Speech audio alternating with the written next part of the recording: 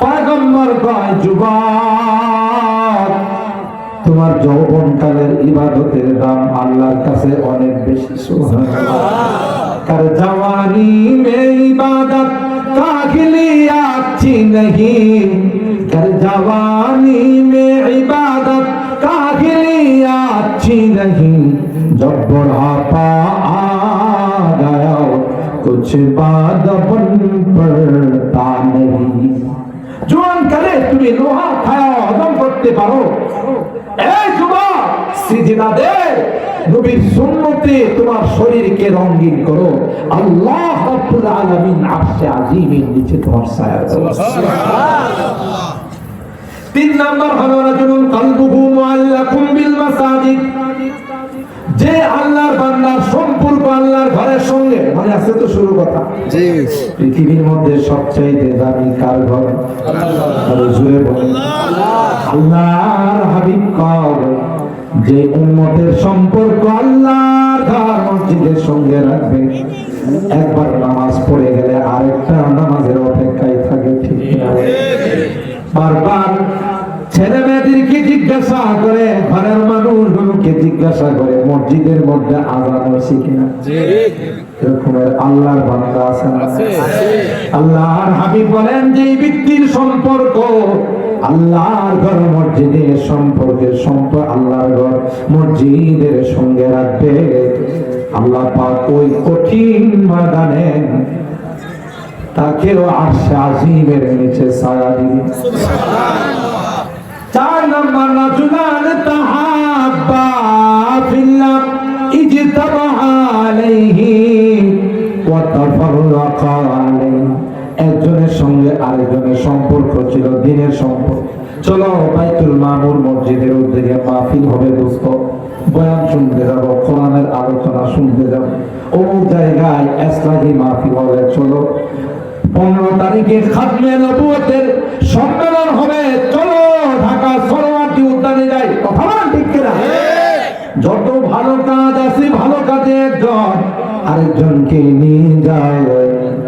আল্লাহ ডাক দেয়া কই, দুনিয়ার কোন সম্পর্ক কাজে লাগবে না, কিন্তু দিনের জন্য যদি কোন সম্পর্ক হয়, আল্লাহ ওই দুই বন্ধুকে আরশে আজিমের নিচে ছায়া দিবে। সুবহানাল্লাহ। 5 নম্বর হলো রাজুলুন দাআতু ইমরাতুন যাতু হাসাবিন ওয়া জামাল ফাকালা ইন্নী আখাফুল্লাহ, যুবক যুবতী তাকে ওয়াফাত দিয়েছে, দেখতে সুন্দর ভালো, বংশগুলো ভালো, টাকা পয়সার অভাব, কিন্তু যুবক আল্লাহর ভয় অন্তরে নিয়ে পরিষ্কার সাফ তাকে জানাই দিছে, না এটা গুনার কাজ, আমি তো আমার মালিক আল্লাহকে ভয় করি। সুবহানাল্লাহ। আল্লাহর হাবিব বলেন, যুবক তোমার জন্য আরশে আজিমের নিচে সিরুমের ব্যবস্থা আছে। 6 নম্বর রাজুলুন যাকারাল্লাহ খালিয়ান ফাফাদাত আইনা,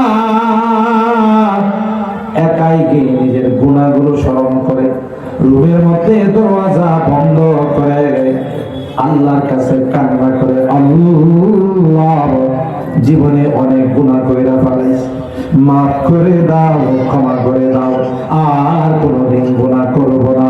আল্লাহর কসম, পয়গম্বর বলেন তাকেও আল্লাহ পাক আরশে আজিমের নিচে ছায়া দিবে।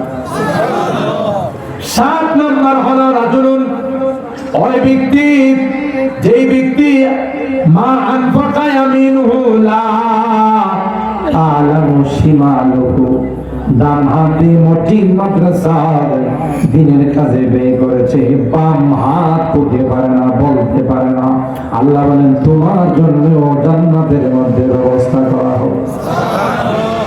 আর ভাইরা, এই জন্য আমি যে আয়াতি কারিমা তিলাওয়াত করেছি, সনাতি ইখতিবাস, উলামায়ে কেরাম জানেন এখানে আল্লাহ পাক রব্বুল আলামিন অনেকগুলো কসম খাইছেন, তার মধ্যে আপনাদের বাইতুল মামুরের কসম খাইছেন। সুবহানাল্লাহ। আল্লাহ পাক বলেন, ওয়াতুর وكتاب مسطور في رق منشور والبيت المعمور সুজা খানায় কাবা বরাবর খুব ভালো করে শুনলেন ফেরেশতাদের তওয়াফের জন্য আল্লাহ একটা ঘর বানাইছে আরশে আজিমের নিচে সাত আসমানের উপর অথবা কোন বর্ণনায় আছে প্রথম আসমানের মধ্যে আল্লাহ ফেরেশতাদের তওয়াফের জন্য একটা ঘর বানাইছেন ওই ঘরটার নাম হলো বাইতুল মামুর দৈনিক ৭০,০০০ ফেরেশতা তওয়াফ করে জীবনে একবার যাদের তওয়াফের সুযোগ আসে আর দ্বিতীয়বার সুযোগ আসে তাহলে কমপক্ষে ফেরেশতা ২-৩ লাখের কম নয় আচ্ছা আরো বেশি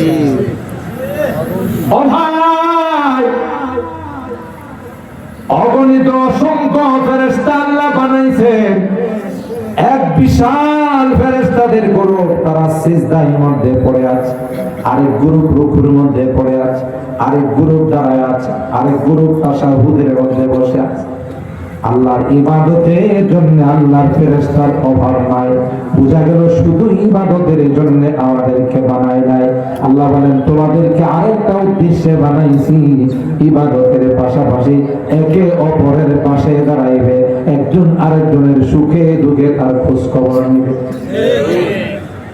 दर्द दिल के वास्ते पैदा किया इंसान को दर्द दिल के वास्ते पैदा किया इंसान को वरना ताअत के लिए कुछ कम न था कर लो बया শুধু ইবাদতের জন্য আল্লাহ আমাদেরকে বানান কারণ ইবাদতের জন্য ফেরেশতা কথা আছে অভাব আছে এদের কি মাঝে মধ্যে দুপুরে খানা খাইতে যেতে ডিনার করতে যাওয়া লাগে ব্রেকফাস্ট করতে যাওয়া লাগে ওরা তো খায় না ঘুমায় না পেশাব করে না পায়খানা করে না রুকুতে তো রুকুতে সেজদায় তো সেজদায় বসা তো বসা দাঁড়ানো তো সুবহানাল্লাহ তাইলে বুঝা গেল দর্দি দিন কে ওয়াস্তে पैदा किया इंसान को वरना ताअत के लिए कुछ कम न था करो बया মানুষ মানুষের জন্য ইরহামু মান ফিল আরদ ইয়ারহামুকুম মান ফিস সামা তুমি জমিন ওয়ালাদের উপর আল্লাহর সৃষ্টির উপর রহম করো আসমানের মালিক তোমার উপর রহম সুবহানাল্লাহ ওই বাইতুল মামুর যেই বাইতুল মামুর কি দৈনিক ৭০,০০০ ফেরেশতা তওয়াফ করে জীবনে আর কোনদিন তাদের তওয়াফের সুযোগ আল্লাহ ডাক দেয়া কইল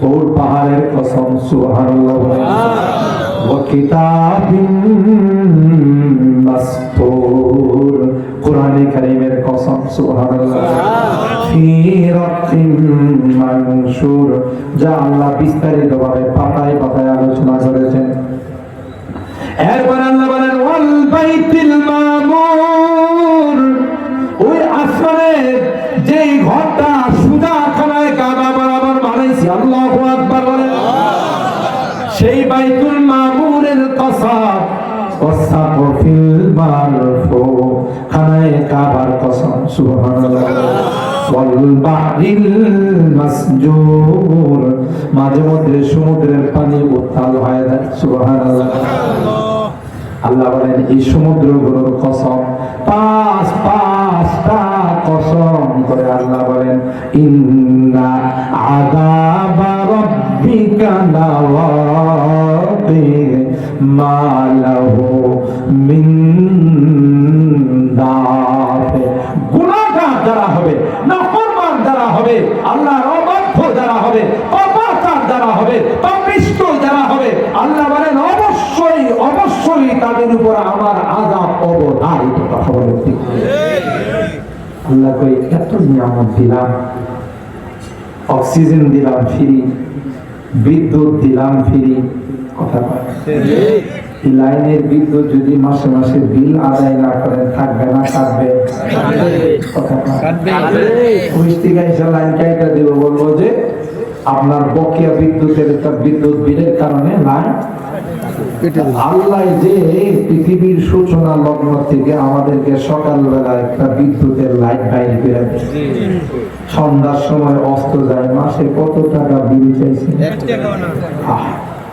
আল্লাহ লাইটের সামনে এগুলোর কোন বিল আছে?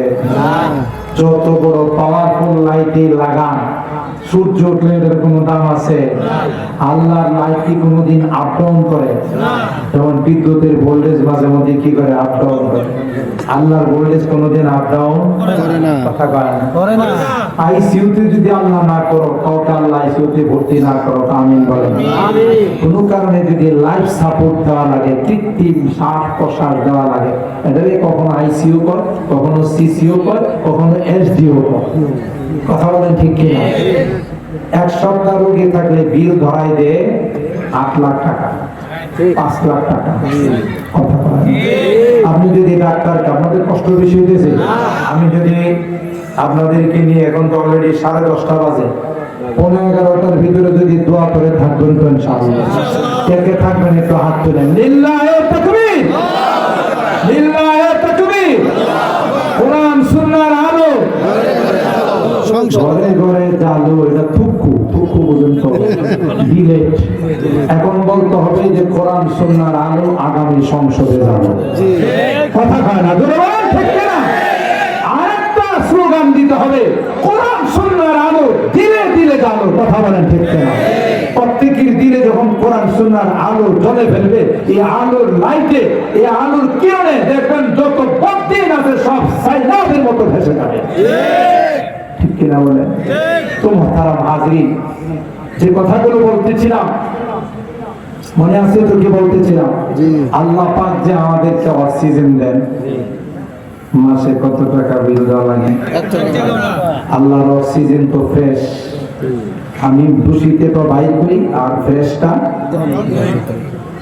এক সপ্তাহ অক্সিজেনের বিল যদি 5 লাখ টাকা আছে, আল্লাহ কি আমাদেরকে এক সপ্তাহ দিছে? এক মাস? এক বছর?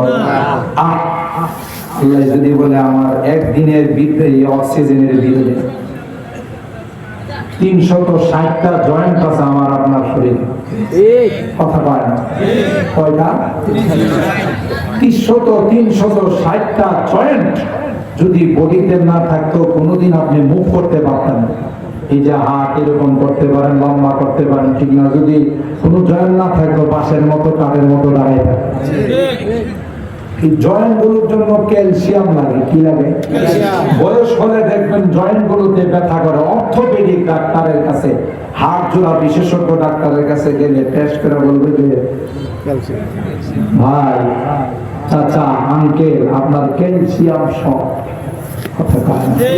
ক্যালসিয়ামের ওষুধ দেয়। আল্লাহ কয়, তুই যা খাবার গ্রহণ করিস, আমি আল্লাহ তোর ভিতরে একটা মেশিন ফিট করে দিচ্ছি। ওই মেশিন থেকে খাবারের কিছু অংশ গোশতের মধ্যে যায়, কিছু অংশ ব্লাডের মধ্যে যায়, আবার কিছু অংশ ওয়েস্টেজ হয়ে ময়লা ট্যাঙ্কিতে যায়, আবার ওখান থেকে কিছু অংশ উৎপাদিত হয়ে তোমার জয়েন্ট গুলোতে ক্যালসিয়াম হয়ে যায়। কে দেন? এই জন্য আল্লাহ তাআলা কয় টাকা বিল চাইছেন? আল্লাহ কয় কিচ্ছু লাগবে না। মুয়াজ্জিন সাহেব যখন আমার পক্ষ থেকে এসে হাইয়া আলাস সালাহ বলবে, হে আল্লাহর গোলাম, মসজিদের দিকে আসো, ইহকালীন পরকালীন কল্যাণ, হাইয়া আলাল ফালাহ। আল্লাহ বলে, বান্দা তুই সিজদা দিতে দেরি হয়, সমস্ত নিয়ামতের শুকরিয়া আদায় হবে। সমস্ত নিয়ামত, আরে নিয়ামতে তো আমরা বেষ্টিত। মার পেটে আমি আর আপনি 10 মাস ছিলাম, খাবার গুলো আমার বাবা দাদা পৌঁছাইত, নামি দামি হোটেল থেকে পার্সেল নিয়ে যেত। কে খাওয়াইছে? আল্লাহু আকবার বলেন। এরপর মার পেটে আল্লাহ, মা রক্ত চুষাইয়া আমাকে আপনাকে বড় করছে। দুনিয়াতে আসবেন, এখন কি খাবেন? আল্লাহ আপনার আসার আগে মার দুই বুকের মধ্যে আমার আপনার খানা রেডি করছে। যে নারীর বাচ্চা হয় না তার বুকে দুধ আসে না। কথা কম আসে। এই দুধ আল্লাহ কার জন্য পাঠাইছেন? আল্লাহু আকবার। আর কেমন দুধ? গোটা বিশ্বে সমস্ত শিশু ডাক্তাররা বলে মার বুকের দুধের চাইতে পুষ্টিকর, রোগ প্রতিরোধ ক্ষমতা সম্পন্ন কোন খাবার আজ পর্যন্ত পৃথিবীর কোন ফ্যাক্টরি আবিষ্কার করতে ডাক্তাররা এই দুধরা টেস্ট করছে। টেস্ট করে দেখে এই দুধরা না গরম না ঠান্ডা। বেশি গরম হলে দাঁত জিহ্বা পড়ে যাবে, আবার ঠান্ডা হলে নিউমোনিয়া হয়ে যাবে। আল্লাহ কয় এরপরে দুধ তো আর সারা জিন্দেগি মা খাওয়ায় 2 বছর কথা পারে না। এরপরে তুই কি খাবি? এরপরে জমিনের মধ্যে আমি আল্লাহ তোর জন্য পোলাও চাল আবিষ্কার করব। চিকন চাউল জমিনে আছে না? না।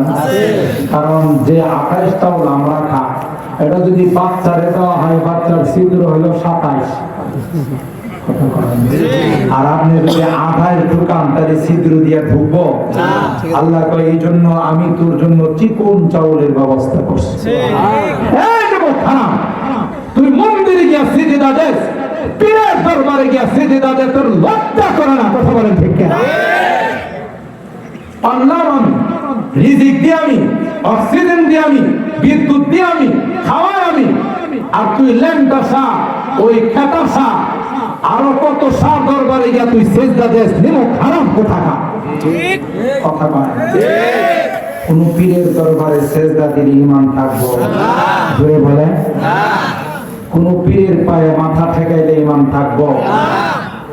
যে পারেন, যে বানাইছেন, যে রিজিকের ব্যবস্থা করেছে, তিনি সিজদা পাবেন।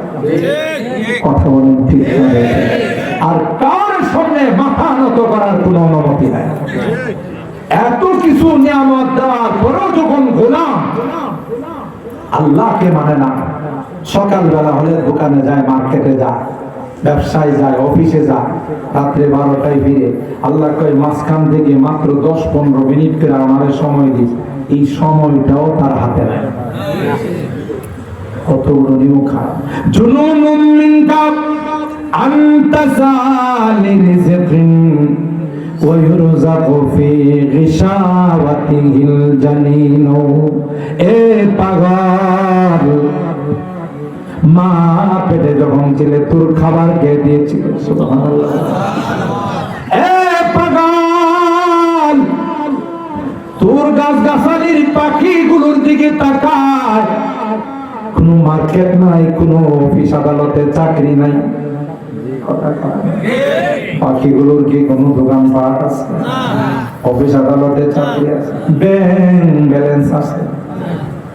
সকালবেলা হলে পাখিগুলো মালিকের কাছে দোয়া করে।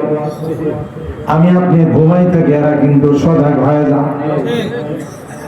আমরা মনে করি কিচির মিচির করে, না না।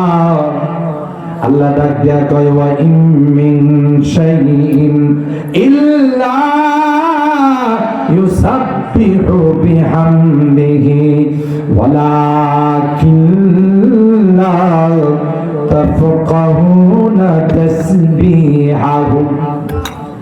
এ পৃথিবীর মানুষরা তোরা বুঝিস না,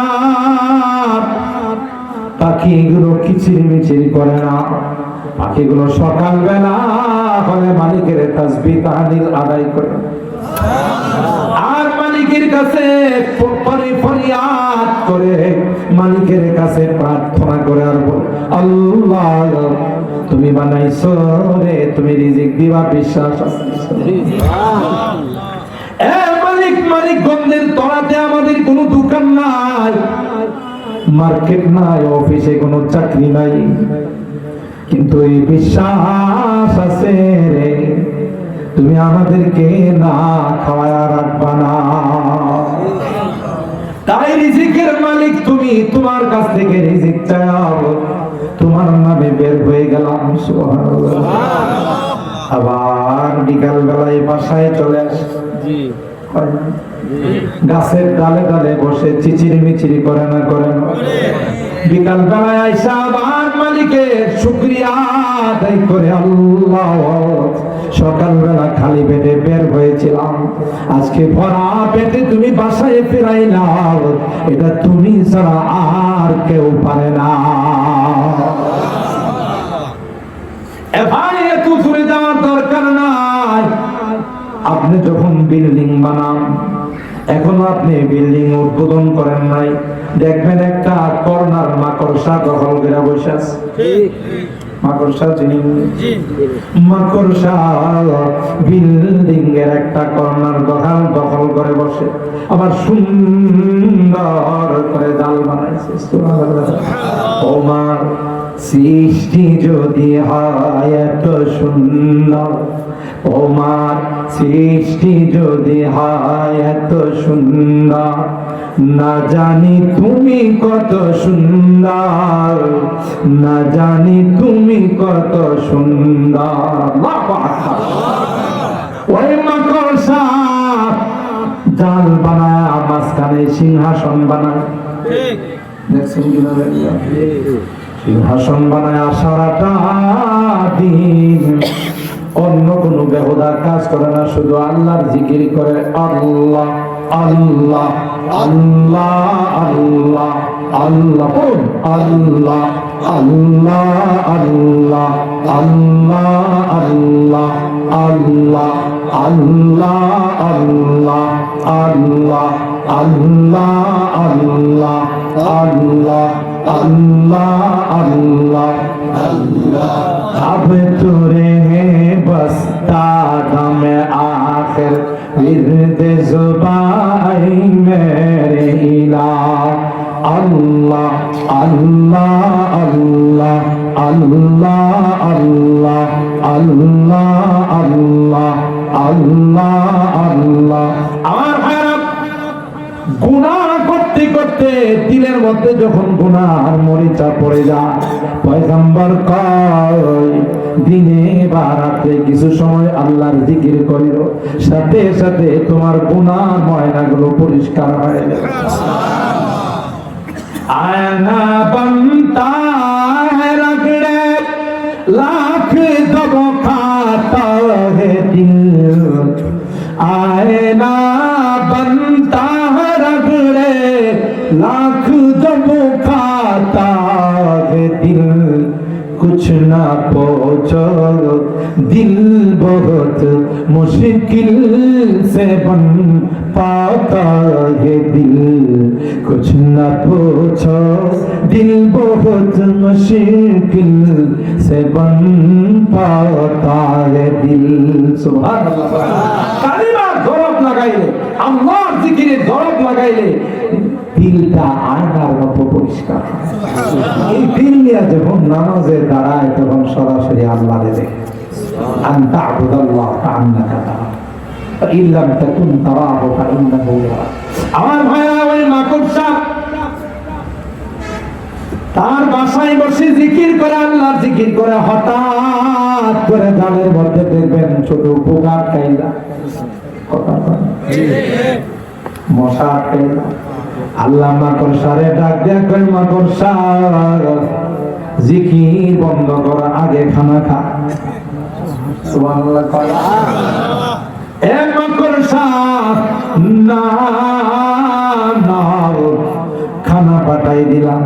মাকড়সা দেখবেন তাকে আক্রমণ করে, তার রসটা চুষে খেয়ে ফেলে, খুসাটা তার জালের মধ্যে আটকাই থাকে। রিজিক দেন কে? আল্লাহ কই গোলাম যে আমি আল্লাহ তোর মার পেটে রিজিক দিচ্ছি, দুনিয়াতে আসার পর মার বুকে তোর খাবার রাখছি, ক্ষেতের মধ্যে তোর জীবন চাউলের ব্যবস্থা করছি। তুমি দুনিয়াতে আসার 50,000 বছর পূর্বে মানিকগঞ্জের কোন জায়গায় তুমি বসবাস করবা, কি খাইবা, কতদিন তুমি থাকবা, আমি আল্লাহ লাউহে মাহফুজের মধ্যে লিখে রাখছি। কথা বলেন ঠিক না বেটি? এখন এত নিয়ামত পাওয়ার, তুই যদি আমার গোলামি না করিস, মনে রাখিস 5টা কসম করে বললাম, ইন্না আযাবা রাব্বিকা লাওয়াকি মা লাহু মিন দাফি। যে আযাব আমি দিব এটা কেউ বারণ করতে পারবে না। আমি শুধু বলবো নিমুখ হারাম, এতদিন আমি তোকে রিজিক দিয়া পারলাম, কোনো বিনিময় নাই না, আমাকে 2টা সিজদা পর্যন্ত তুই দিতে পারিস না। কথা বলেন ঠিক কিনা? এই জন্য দুনিয়াতে আল্লাহ পরীক্ষার জন্য পাঠাইছে, স্বাধীনতা দিয়েছে। পরীক্ষার হলে যেমন ম্যাজিস্ট্রেট ডিউটিরত সুপার ঘোরাফেরা করে, ছাত্র দেখতেছে প্রশ্নের সাথে তার জবাবের মিল নাই, তারপরেও কিছু বলে এই যখন খাতা দেখবো, রেজাল্ট বাই করবো, তখন খবর কথা বলে ঠিক না। ঠিক এই দুনিয়ার জিন্দেগিটাকে আল্লাহ বানাইছে পরীক্ষার জন্য, মজবুত ঈমান নিয়ে দুনিয়াতে থাকার জন্য, আল্লাহর হুকুম আহকাম মানার জন্য। ঈমানের উপর যদি কোনো আঘাত আসে, রিসালাতের উপর যদি আঘাত আসে, সাথে সাথে প্রতিহত করার জন্য বানাইছে। কথা বলেন কি? মুহতারাম হাজির, আল্লাহ পাক তার হাবিবকে সবার আগে সৃষ্টি করেছেন। সুবহানাল্লাহ। আল্লাহর হাবিব বলেন সহিহ হাদিস, আউয়ালু মা খালাকাল্লাহু রূহি, সর্বপ্রথম যে রূহটা আল্লাহ বানাইছেন এটা আদমের রূহ, এটা আমার। সুবহানাল্লাহ। কালকে বলেন কার রূহ? নবুয়ত সর্বপ্রথম আল্লাহর হাবিবকে দিয়েছেন, কুনতু নাবিয়ান ওয়া আদামু বাইনাল মাই ওয়াত তিন। সবার আগে নবুয়ত দিয়েছেন আল্লাহর হাবিবকে, পাঠাইছেন সবার পরে। কোনো বড় সেমিনার হলে যদি প্রাইম মিনিস্টার আসে, কোনো মন্ত্রী মিনিস্টার অথবা মান্যগণ্য কোনো ব্যক্তি আসে, উনি কি আগে ভাষণ দিয়ে চলে যায় না সবার পরে? যেমন আজকের মাহফিল আমাকে প্রধান বক্তা বানাইছেন আপনার, আমি কি মাগরিবের পরে আসছি না শেষ সময় আসছি? কথা বলে তাইলে আল্লাহর হাবিবকে যদি আল্লাহ নবুয়ত না দিতেন, আদম নবী হতে পারতেন? কথা বলা কোন নবীদের পক্ষে নবী হওয়া সম্ভব না। আল্লাহ পাক নবুয়ত দান করছেন সবার আগে, পাঠাইছেন সবার পরে। কোরআনে কারীমে আল্লাহ ডিক্লার দিয়েছেন, মা কানা মুহাম্মাদুন আবা আহাদিন মিন রিজালিকুম ওয়ালাকিন রাসূলুল্লাহি ওয়া খাতামান নাবিয়্যিন। আমার নবী হলেন সবার শেষ নবী, সর্বকালের সর্বযুগের সর্বশ্রেষ্ঠ মহামানব, সবার শেষ নবী।